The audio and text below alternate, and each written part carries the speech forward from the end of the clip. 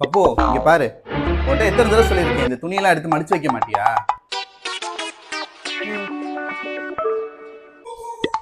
பப்போ வீட்டை பாரு எப்படி இருக்குன்ட்டு. இதெல்லாம் எடுத்து வைக்க மாட்டியா? வீட்டுல என்னதான் பண்ற நீ?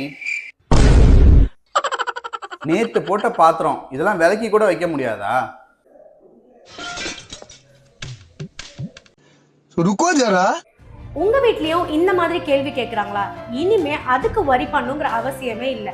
ஏன்னா நம்ம குமுறல்லாம் யாருக்கு கேட்டுச்சோ இல்லையோ டெல்லி ஹைகோர்ட்டுக்கு கேட்டிருக்கு. இப்ப டெல்லி ஹைகோர்ட் பெண்களுக்கு ஆதரவா புதுசா ஒரு கருத்து தெரிவிச்சிருக்காங்க. என்னன்னு தெரியுமா? வைஃப் வேலைக்காரி இல்ல, கல்யாண வாழ்க்கை அப்படிங்கிறது ஒரு பார்ட்னர்ஷிப்.